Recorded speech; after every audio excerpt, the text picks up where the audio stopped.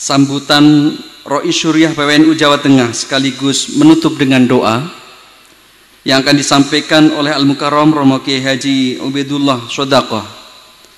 Kepada Al-Mukarram disilakan.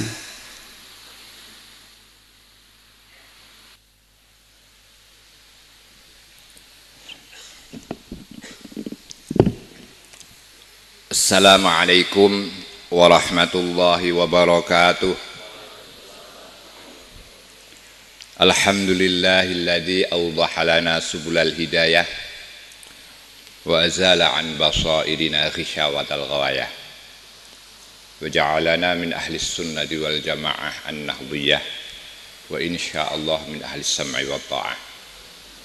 Assalatu wassalamu ala nabiyir rahmah Sayyidina wa maulana Muhammadin wa ala alihi wa ashabihi wa man tabi'ahum bi ihsanin ila yaumil qiyamah. Ma'asyiral ulama al-fudhala al-kurama al-aizza wa bil akhas Romo Ki Haj Afifuddin Hanif Al-Hasani sahibul ma'had Simolangu, yang mulia dan yang kami hormati Bapak Sekretaris Daerah Kabupaten Kebumen, Bapak Kapolres, Bapak Kepala Pengadilan Agama, tidak lupa kepada seluruh keluarga besar Pondok Pesantren Simolangu, kepada Bapak Ketua PWNU Jawa Tengah Romo Ki Haj Muzammil yang telah menyertai kita sehingga kita punya kesan bahwa Bahsul Masail bukan hanya urusan syuriah saja. Justru Tanfidiyah harus mendengarkan Bahsul Masail ini lebih intens daripada syuriah.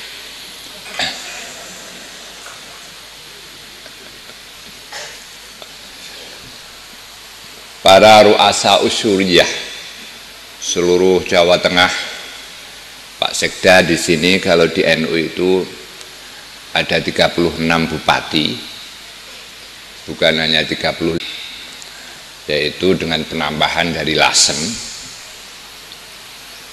dan para pengurus Lajnah Bahsul Masail Jawa Tengah, Gus Amin, serta rekan-rekan. Hamdan lillah wa syukran lillah, sehari semalam kita telah menyucuk berkah di pondok pesantren, yang pondok pesantren ini sezaman dengan Mujaddidu Qarnit Tasi', yaitu Mujaddid Al-Imam Jalaluddin As-Suyuti. Kalau Imam Jalaluddin As-Suyuti itu lahir tahun 841 kalau tidak salah, 11 atau 10, maka pondok pesantren ini lahir tahun 876. Artinya pondok pesantren ini setua dengan masa Al-Imam dan gitu, dan sezaman dengan Kesultanan Demak. Jadi kalau panjenengan bertanya pondok tertua di, barangkali ini kalau Gus Hafif mau memperkenalkan ya rasanya gimana, maka saya yang memperkenalkan gitu.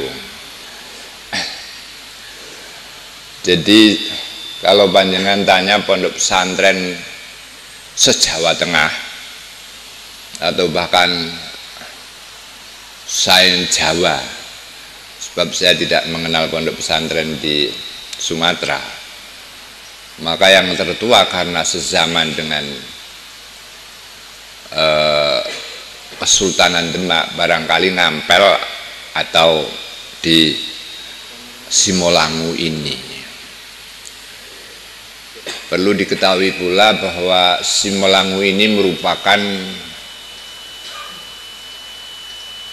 pengkader dari Hizbullah, pahlawan-pahlawan dalam pergerakan kemerdekaan Indonesia maupun mempertahankan kemerdekaan Indonesia, dengan diajarkan pula. Saya tanya kepada Romo Kiai, pencak jurus-jurus tertentu yang tidak dimiliki oleh jurus-jurus yang lain gitu. Oleh karena itu santri Mbah Kiai Afifuddin Hanif Al-Hasani ini, beliau adalah generasi ke-16. Itu dulunya adalah pendekar-pendekar juga para santri-santri juga yang ikut memperjuangkan kemerdekaan Republik Indonesia dan mempertahankannya. Dan bahkan resolusi jihad itu juga termasuk sumbangsih pemikiran dari Pondok Simolangu ini, sehingga Mbah Hasyim Asy'ari mencetuskan resolusi jihad pula. Jadi alhamdulillah sekali, barangkali yang belum pernah rawuh wonten ing pondok mriki, sowan ing pondok mriki, panjenengan ini saya bicara tidak ngarang, tapi memang ada prasasti yang autentik.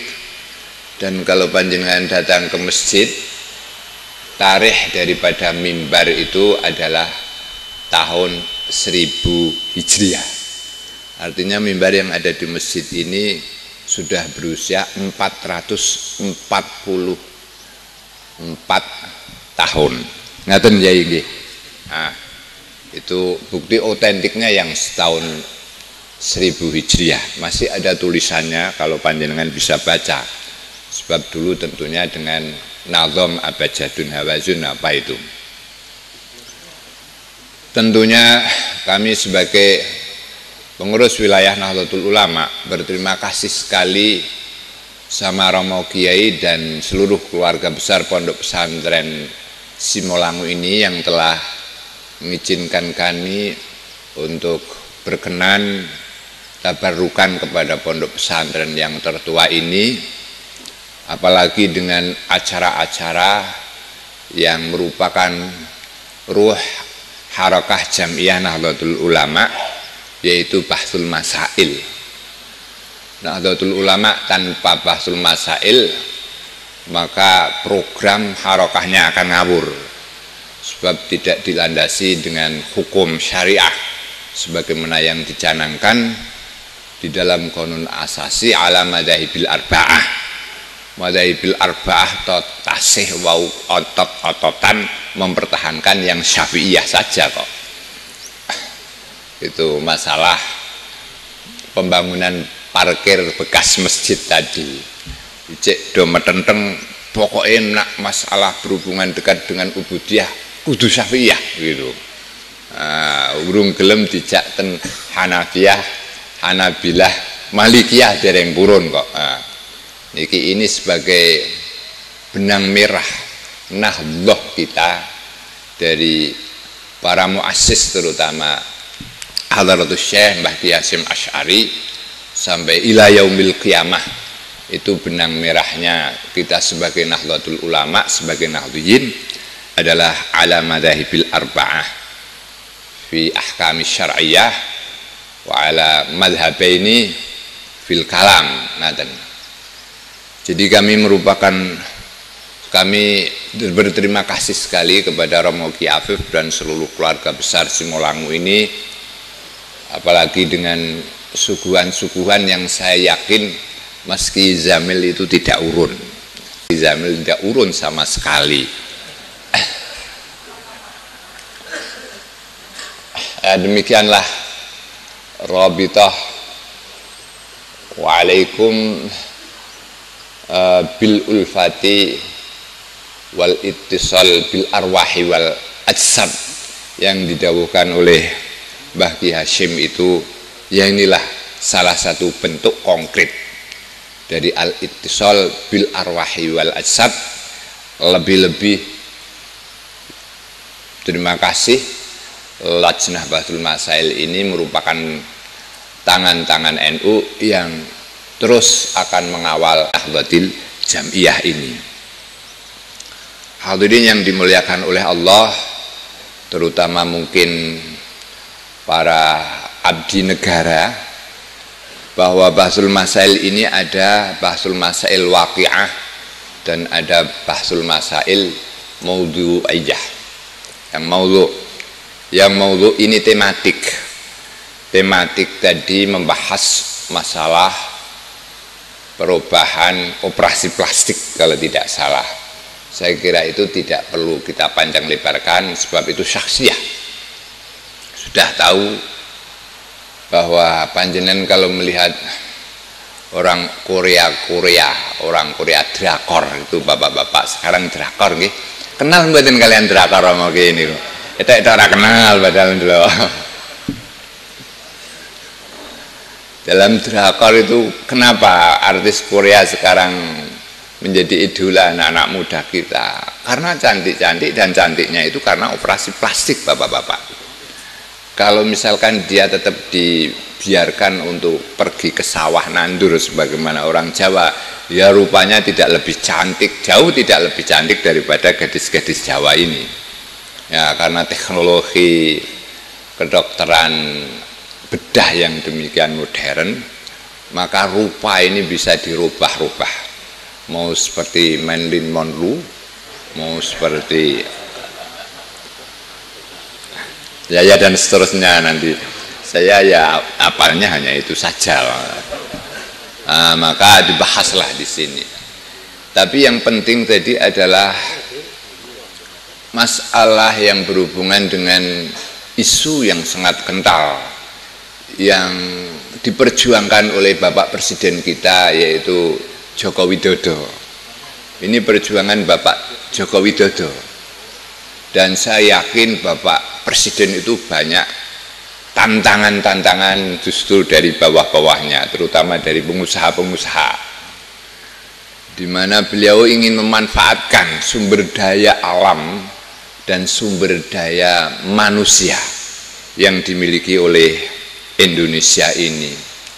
Apa yang tidak bisa kita temukan di Indonesia ini, semuanya ada. Hatta andai kata semua negara itu dikurung, Indonesia tidak bisa pergi ke Singapura, tidak seperti Malaysia, Malaysia tidak bisa pergi ke Indonesia. Maka yang paling lama matinya adalah orang-orang Indonesia. Yang pertama adalah orang Singapura. Orang Singapura kita nguyah bersama-sama sudah banjir karuan kena. Ya gitu. Maka ini harus memenuhi syarat tasarruful imam ala ra'iyah manutun bil maslahah. Ini harus betul-betul kita canangkan. Namun perdebatannya lagi-lagi kembali masalah doror al-mustaqbal dan doror al-haliyah. Doror al-haliyah itu saumpamane awake dhewe menek cagak anim udah doror al-haliyah, hati-hati langsung plek tiba gitu. Tapi doror al-mustaqbal sing sithik-sithik niku kados mangan barang-barang kimia niku akhirnya nanti residu itu berkumpul di badan kita, kemudian anak-anak kita jadi stunting dan bahkan jadi idiot gitu. Ini penelitian teman-teman kami. Jadi saya tidak tahu kenapa Jawa Tengah ini berhasil menurunkan angka stunting dalam program yang hanya 3 tahun 2 tahun. Ini sangat tidak terbayang di dalam pemikiran kami.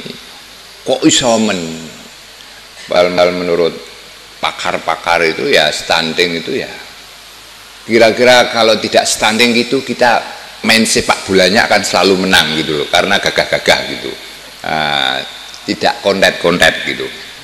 Nah, maka itu kita bahas, itu isu waqiah yang sangat penting.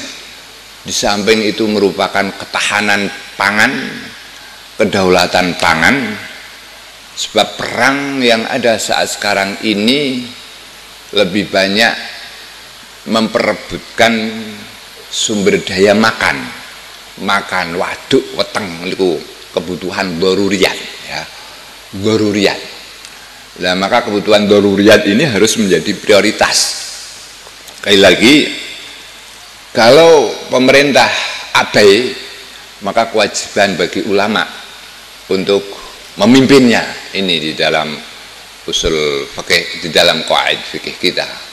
Sampai idza ta'assarat tauliyatul imam fal umuru mauqulatun ilal ulama, maka kembali tanggung jawab itu kepada ulama. Maka sebagai tanggung jawab ulama-ulama ini adalah bagaimana mengembalikan kesuburan tanah, bagaimana menjaga kualitas pangan dari anak-anak kita sehingga halalan juga thayyiban.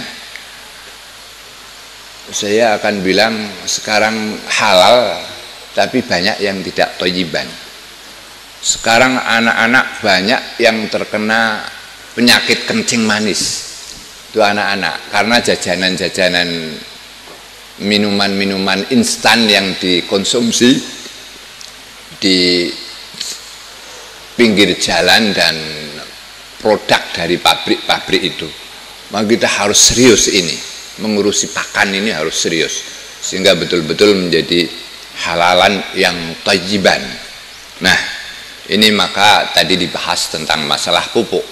Kemudian apa yang diperjuangkan oleh Bapak Presiden kita Joko Widodo, di mana kita harus mempertahankan sumber daya alam yang tidak dapat diperbarui, gitu. Sumber daya alam, kalau sumber daya alam saja itu masih keliru, sebab para mubahisin ini masih lulusan pondok semuanya, tidak mengenal sumber daya alam yang dapat diperbarui dan tidak. Nah, sumber daya alam yang tidak dapat diperbarui sebagaimana nikel, sebagaimana emas, sebagaimana batu bara, itu harus betul-betul kita pertahankan betul-betul untuk tadi bahwa itu adalah hak alal hukumah untuk kemakmuran sebagaimana pasal 33 Undang-Undang Dasar 1945 yang tempo saya pelajari ketika masih sekolah SMP dulu, dan sekarang entah itu pasal berapa saya tidak tahu karena sudah beberapa kali dirubah sehingga tidak Undang-Undang Dasar lagi kalau beberapa kali dirubah itu. Nah, kalau gitu itu memang suatu hal yang sangat krusial. Maka ini sebagai landasan dari bijakan lajnah-lajnah, dari bijakan panitia-panitia ad hoc, dari lembaga-lembaga untuk gerak bersama apa? Bersama legalitas hukum syar'i yang telah dibahas oleh Lajnah Bahsul Masail sebagai representasi dari ulama-ulama. Memang beliau-beliau masih muda Romo Kiai, sebab memang kita cari yang masih kuat untuk berdebat. Masalah hukum niku, hukum syar'i niku fasek tapi pinter, karo kalem tapi gak pinter. Niku nak masalah hukum niku kan oleh fasek sing pinter ya ngono ya. Ya bukan berarti saya bilang bahwa sahabat-sahabat Gus-Gus muda ini sembrono. Saya yakin beliau juga soleh, juga alim, juga masih kuat untuk berdebat. Maka merekalah yang kita serai untuk membahas tentang hukum-hukum ini. Dan kami-kami yang sudah tua ini, saya mengklaim tua karena sudah Roy Surya, masa saya akan mengklaim muda? Ya tidak patut. Itu mendengarkan, mentasheh, sebab yang muda-muda ini masih banyak sekali kepentingannya, gitu. Kita harus kita dereke, dan kami juga ngaji dari beliau-beliau ini dengan perdebatan-perdebatan yang demikian seru, dengan marojek yang sahih dan valid. Dan marojek itu adalah marojek abad 10 ke bawah. Untuk kutubul bayda, kitab putih, itu masih ditolak Romo Kiai. Kalau yang membawa dalil fiqhus sunnah itu tidak kanggu, itu kita harus silsilah madzhab kita itu yang adz-dzahabiyah, katakanlah demikian, yang silsilah emas dari madhab Syafi'i. Itu ini sangat penting sekali. Oleh karena itu bapak-bapak, Romo Kiai, kami harapkanlah jugatan fidyah kalau ada bahsul masail itu nguping. Saya paling seneng itu nguping bahsul masail. Ora kangelan mutolaah, dimutolahake kalian rencang-rencang niku. Nguping bahsul masail, ya Allah. Terutama dari pengurus tanfidyah, Mas Zamil, bukan berarti ini urusan LBM saja, tapi yang namanya hukum bukan hanya syuriah saja. Jangan bekas masjid dibuat, jangan masjid mbak ya wis dibongkar, mbak ya wis duduk, mbak ya tutup langit sapi itu karena tetap masjid hukumnya. Ya. Jangan sampai masjid itu dibuat untuk lahan parkir gitu. Lahan parkir jangan sampai, ini menurut Syafi'iyah. Jangan sampai. Saya bilang kalau ini sudah arah ibadah maghdoh, sing hubungannya karo masjid, sing hubungannya karo poso, sholat, kita harus berdisiplin dengan madhab Syafi'i, ya, dengan Syafi'iyah gitu, supaya jangan sembrono dengan ibadah tersebut. Ini harus dipertahankan, harus konsekuen dengan keputusan. Saya yakin banyak sekali masjid-masjid yang ada, meskipun nanti dilebarkan, dibangun yang baik, ternyata tidak ada jamaahnya gitu, karena tidak barokah kan gitu. Nah, itu jangan sampai demikian. Maka kita tetap harus konsekuen dengan hasil Lajnah Bahsul Masail yang sudah diterima dan ditetapkan oleh pengurus wilayah Nahdlatul Ulama, khususnya jajaran Suriah. Ini maka kami minta kepada LBM ini untuk mencetak lagi dan menyebarkan sampai ke MBC dan sampai ke ranting-ranting. Kalau tidak punya biaya, minta kepada Bapak Kholison sebagai bendahara PWNU Jawa Tengah, sebab dia bendahara bukan kasir, kalau kasir mudah jadi kasir. Nah, demikian Romo Kiai, sepindah malih nyuwun pangapunten dan matur nuwun saageng-agenge Romo Kiai Afifuddin Hanif Al Hasani. Mugi-mugi saged kepanggih malih wonten ing pondok pesantren niki, wonten ing acara napa kula insyaallah Romo Kiai Afif tetap bersedia meskipun Mas Zamil pengurus wilayah yang akan datang tidak urun. Pada pengurus cabang juga demikian, terima kasih sempatkan untuk hadir. Akhirul kalam, wallahu yuzakki amalana wa yu'alubu an su'ihi wa iyyuni lana dua, wallahu muwaffiq ila aqwamit thariq. Assalamualaikum warahmatullahi wabarakatuh. Dengan demikian kita ikhtitami putaran yang keberapa ini, kesekian X dari kegiatan Bahsul Masail. Matur suwun. Bismillahirrahmanirrahim. Assalamualaikum warahmatullahi wabarakatuh.